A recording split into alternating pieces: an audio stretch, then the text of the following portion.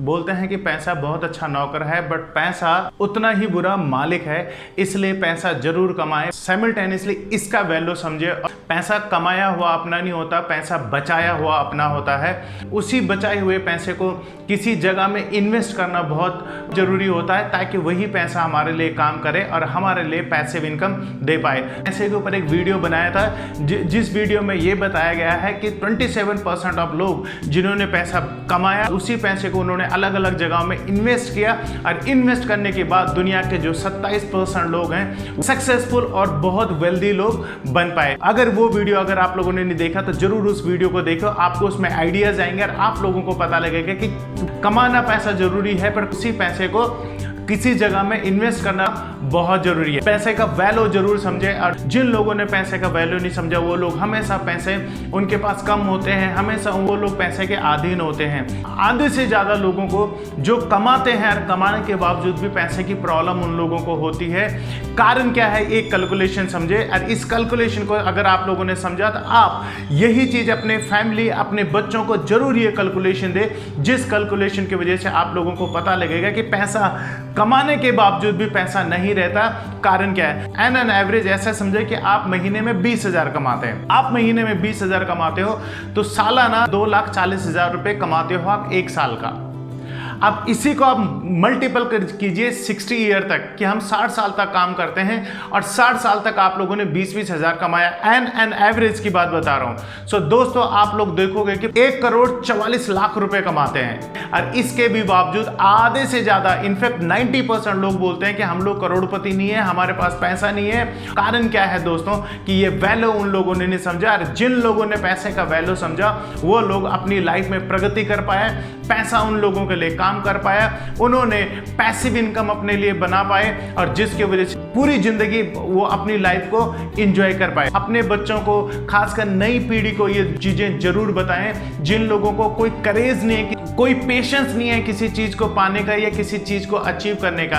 क्योंकि आज parents easily अपने बच्चों को हर एक चीजें प्रोवाइड कर रहे हैं। आज पेरेंट्स बिना मांगे ही अपने बच्चों को वो सब चीजें दे रहे हैं, जिन चीजों की उन लोगों को शायद जरूरत भी नहीं है। दोस्तों, मेरा मानना ये नहीं है कि आप अपने बच्चों को, अपने नियर और डियर लोगों को वो चीजें ना दो जिन चीजों की उन लोगों को जरूरत है, बट उन लोगों को उस चीज का वैल्यू और उस चीज का पेशेंस उन लोगों में होना बहुत जरूरी है। को इजीली कोई चीज अगर आप लोग दे देते हो तो उसका वैल्यू उसको नहीं रहता। दोस्तों, हम लोग बहुत पैसा कमाने के बावजूद भी हमारे पास पैसा नहीं बचता। इनफैक्ट ये मिडिल क्लास तक ही ये बात नहीं है, ये हर एक वेल्दी आदमी के साथ भी लागू होती है। दोस्तों, आप लोगों ने बहुत सारे सेलिब्रिटी, स्पोर्ट्समैन, बहुत सारे बड़े लोग जिनके पास बहुत पैसा था, वो लोग देखे यार, आज वो लोग छोटा मोटा काम करके अपनी लाइफ को सरवाइव कर रहे हैं। देखा जाए तो टॉप के सेलिब्रिटी छोड़ के बाकी के सेलिब्रिटी लोगों को इतना ज़्यादा पैसा नहीं मिलता, पर वो अपने दिखावे और शो ऑफ में चले जाते हैं, बड़ी बड़ी गाड़ियां, इन सब चीज़ों में अपना पैसा वेस्ट कर लेते हैं। बहुत सारे स्पोर्ट्समैन आप लोगों ने देखे कि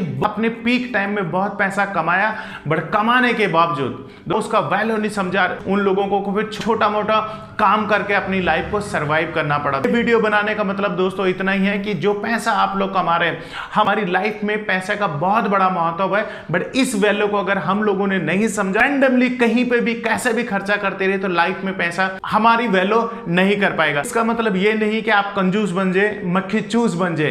पैसा उसी जगह में खर्च करना जहां पे आपका ऑब्जेक्टिव क्लियर हो, उसी जगह में खर्च करना जहां पे आप लोगों का गोल और आपका लाइफ का पर्पस कंट्रीब्यूट हो पाए। वैल्यू क्या होता है पैसे का, ये बड़े लोगों से सीखना बहुत जरूरी है।